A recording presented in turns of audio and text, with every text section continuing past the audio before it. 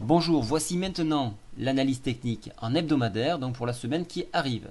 Alors je vous disais, faites très attention parce que je commence à avoir des signaux de plus en plus négatifs qui se dessinent en hebdomadaire. Premièrement, nous avons affiché notre SAR ici, un SAR baissier, notre premier SAR baissier. Alors en hebdomadaire, ça se suit, hein, c'est pas, on n'invalide pas un scénario baissier comme ça.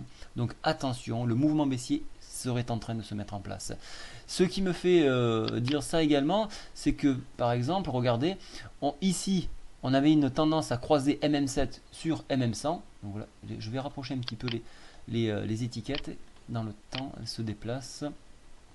MM100, donc ici, je vais la mettre un peu là. Donc ce qui pourrait, ce qui est en train d'invalider un éventuel scénario haussier. Donc soyez très très très vigilants. Là on est en train plutôt de s'écarter, ce qui confirmerait ce scénario là. On peut remarquer également que le double top ici, donc tac, la pointe là, est en train de se valider. Et ça, c'est la chose la plus importante. Si on le valide, alors pour le valider, il faudrait casser ce niveau-là. Mais ce qui semble être assez probable, c'est un retour sur les 3000 points d'ici 4-5 semaines, ce qui tomberait pile poil au niveau des élections américaines. Donc faites très attention.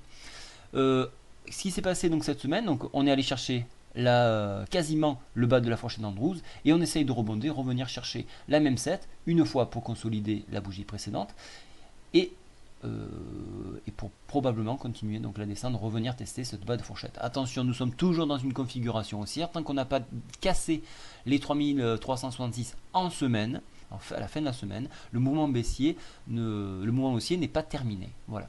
Donc pour les baissiers, retour testé 3336. Pour les haussiers, retour test 3516, le contact de la même 100. Voilà.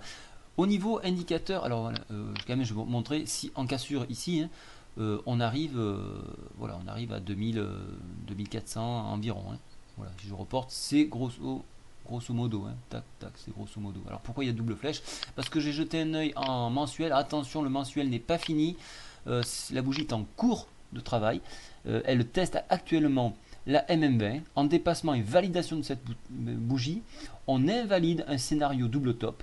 Alors, le scénario double top nous porte quand même à 2500 points environ. Donc en dépassement et au-dessus de MM20, on invalide ce scénario. Pour l'instant, c'est en cours, donc on attend de voir la fin du mois, mais soyez très vigilants. Voilà.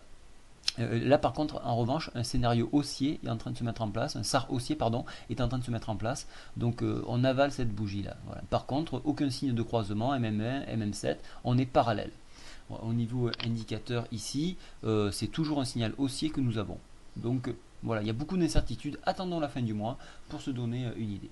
Voilà, donc pour moi, hebdomadaire, ça reste baissier.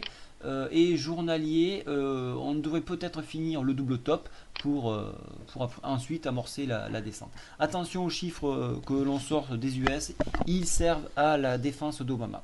Je vous souhaite un très bon week-end à tous. Au revoir.